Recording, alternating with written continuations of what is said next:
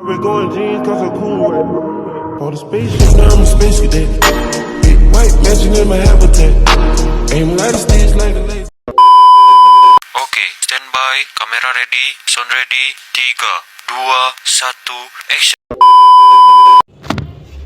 Yang pertama, definisi analisis SWOT. SWOT adalah akronim dari strengths atau kekuatan, weaknesses atau kelemahan, opportunities atau peluang, dan threats atau ancaman.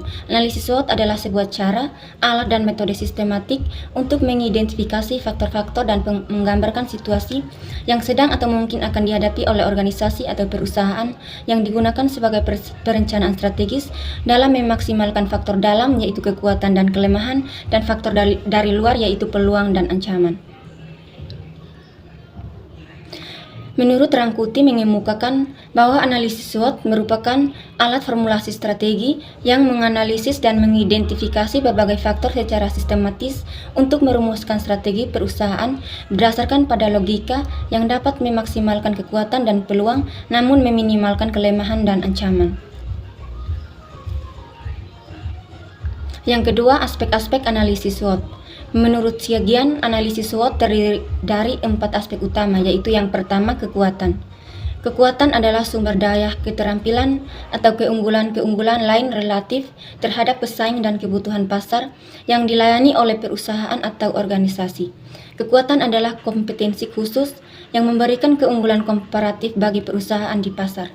Kekuatan dapat terkandung dalam sumber daya keuangan, citra, kepemimpinan pasar, hubungan pembeli dengan pemasok, dan faktor-faktor lain.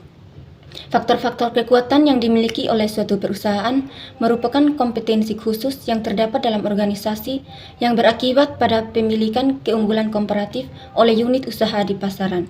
Sumber keterampilan dan produk andalan merupakan faktor pendukung yang membuatnya lebih kuat daripada pesaing, serta mampu memuaskan kebutuhan pasar yang sudah direncanakan akan dilayani oleh satuan usaha yang bersangkutan.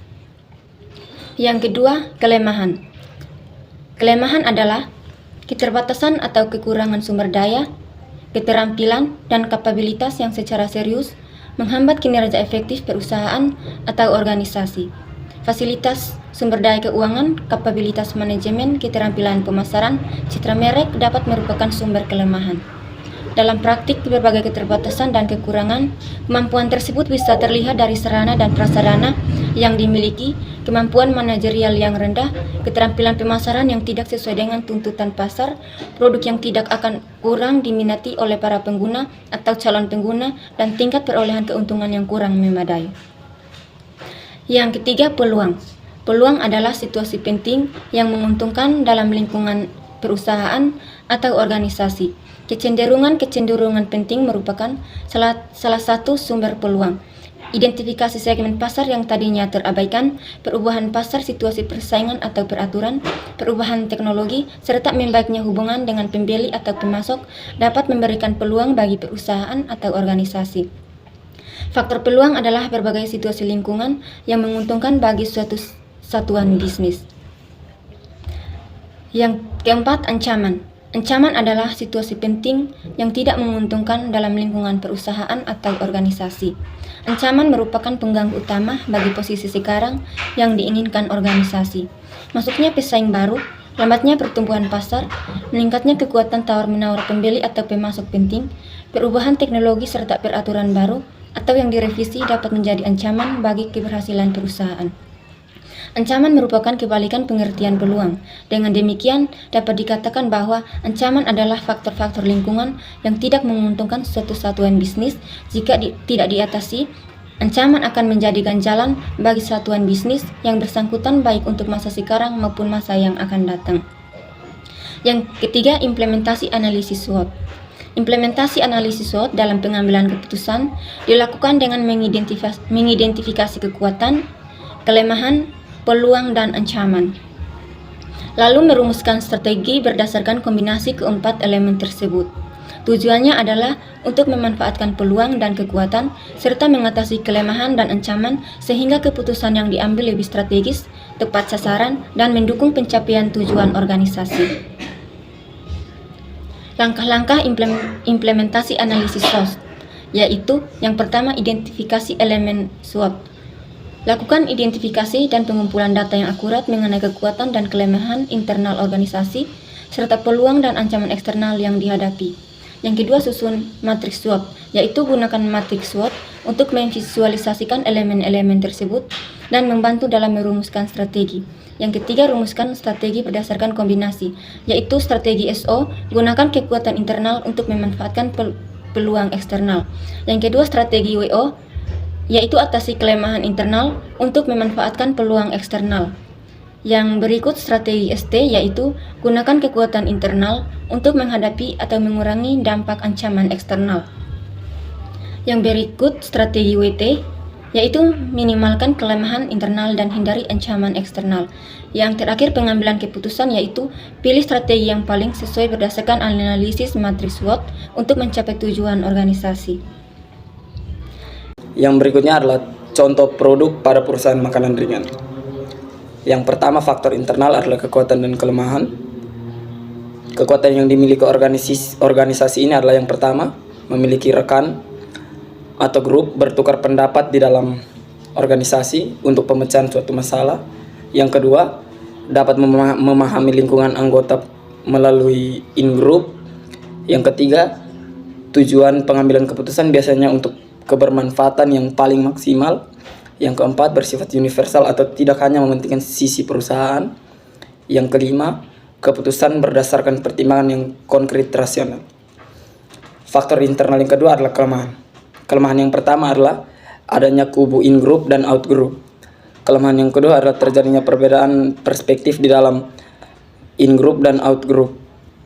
Kelemahan yang ketiga adalah minoritas seringkali dirugikan. Yang keempat adalah pimpinan hanya terbuka dalam in-group. Kelemahan yang kelima adalah cenderung adanya pertentangan dengan out-group. Faktor eksternal, peluang. Peluang yang pertama adalah memberikan tujuan yang baru dan ide-ide baru. Peluang yang kedua, kestabilan perusahaan dalam produktivitas kerja karena jumlah karyawan untuk beban kerja sebanding dan informasi lingkungan anggota yang akurat. Peluang yang ketiga, perusahaan memberikan kesempatan jenjang karir untuk semua karyawan. Ancaman. Ancaman yang pertama, pertentangan argumen. Yang kedua, dilema dalam pengambilan keputusan. Yang ketiga, protes dari pihak yang dirugikan. Yang keempat, cemburu sosial. Dan yang kelima, perpecahan hubungan antara karyawan dan pimpinan. Strategi analisis SWOT. Strategi yang pertama adalah strategi SO. S1 dan O1 melakukan diskusi atau pertukaran pendapat menghasilkan ide atau inovasi baru dalam pengambilan keputusan. S3, S4, S5, dan O3 memberikan kesempatan jenjang karir agar karyawan masih dapat mempertahankan pekerjaannya di perusahaan tersebut. S2 dan O2, strategi gerilya dalam mencari informasi dari in-group tentang anggota untuk menjaga stabilitas produktivitas kerja. Strategi yang kedua adalah strategi WO. Yang pertama, W3 dan O3. Memberikan dukungan dan motivasi agar karyawan terus bekerja dan memberikan kinerja yang baik untuk perusahaan dengan adanya jenjang karir. W2 dan O1 menampung ide yang diutarakan karyawan yang nantinya dapat diolah menjadi ide-ide atau terciptanya tujuan baru. Strategi yang berikutnya adalah strategi ST. S5 dan T1, ketika pertentangan argumen, pengambilan keputusan tetap berdasarkan pada pertimbangan yang konkret rasional, sehingga akan ada jalan tengah. Yang berikutnya, T2, S3, dan S1. Terkadang dilema dengan opsi pertukaran pendapat. Hal ini dapat diselesaikan dengan hasil yang diambil merupakan keputusan yang memiliki kebermanfaatan yang paling maksimal. T3, T4, T5, dan S4. Terdapatnya kecemburuan, protes, dan perpecahan akan dilerai dengan terbukanya pandangan dari hasil keputusan yang universal dengan bertujuan. Strategi yang berikutnya adalah strategi WT. W3 dan T2, pemimpin mengefektifkan musyawarah dengan seluruh anggota untuk menyelesaikan masalah kesenjangan dengan menerima kritik dan saran. W4, W5, dan T3 dan T4. Adanya pertentangan dengan outgroup memicu terjadinya perpecahan hubungan, namun hal ini dapat diatasi dengan adanya transparansi antar kedua belah pihak dan tidak mendiskriminasi pihak minoritas oleh pihak lain yang superior. Yang berikut, fungsi, manfaat, dan tujuan analisis SWOT. Yang pertama, fungsi analisis SWOT. Menurut Farrell dan Harlin 2005, fungsi analisis SWOT adalah untuk mendapatkan informasi dari analisis situasi dan memisahkan dalam pokok persoalan internal atau kekuatan dan kelemahan dan pokok persoalan eksternal atau peluang dan ancaman. Analisis SWOT tersebut akan menjelaskan tentang informasi yang nantinya dapat membantu perusahaan untuk mencapai tujuannya atau memberikan informasi bahwa terdapat permasalahan yang harus dihadapi atau diminimalkan untuk memenuhi pendapat yang diinginkan. Yang kedua, manfaat analisis SWOT bagi perusahaan adalah sebagai strategi penentu masa depan dalam keberlangsungan bisnis. Bagaimana sebuah perusahaan menjalankan strategi misi untuk mencapai tujuan atau visi perusahaan. Selain itu juga dimanfaatkan oleh para stakeholder untuk mengetahui kondisi, faktor internal dan eksternal dari perusahaan. Adanya penilaian SWOT membantu untuk menetapkan prioritas mana saja yang harus didahulukan oleh perusahaan. Tanpa adanya informasi dari analisis SWOT, perusahaan tidak dapat mengetahui potensi dasar, minat, dan peluang pasar yang bisa dimanfaatkan. Selain itu, perusahaan dapat mengetahui tingginya tingkat persaingan pasar pada produk atau perusahaan yang dimiliki. Yang ketiga, tujuan analisis SWOT. Menurut Fahmi 2014, penerapan SWOT pada perusahaan bertujuan untuk memberikan suatu panduan agar perusahaan menjadi lebih fokus, sehingga dengan penempatan analisis SWOT dapat dijadikan sebagai perbandingan pikir dari berbagai sudut pandang, baik dari segi kekuatan dan kelemahan, serta peluang dan ancaman. Tujuan lain diperlakukan analisis SWOT adalah di mana setiap produk yang ditawarkan pasti akan mengalami pasang surut atau yang lebih dikenal dengan istilah daur hidup produk.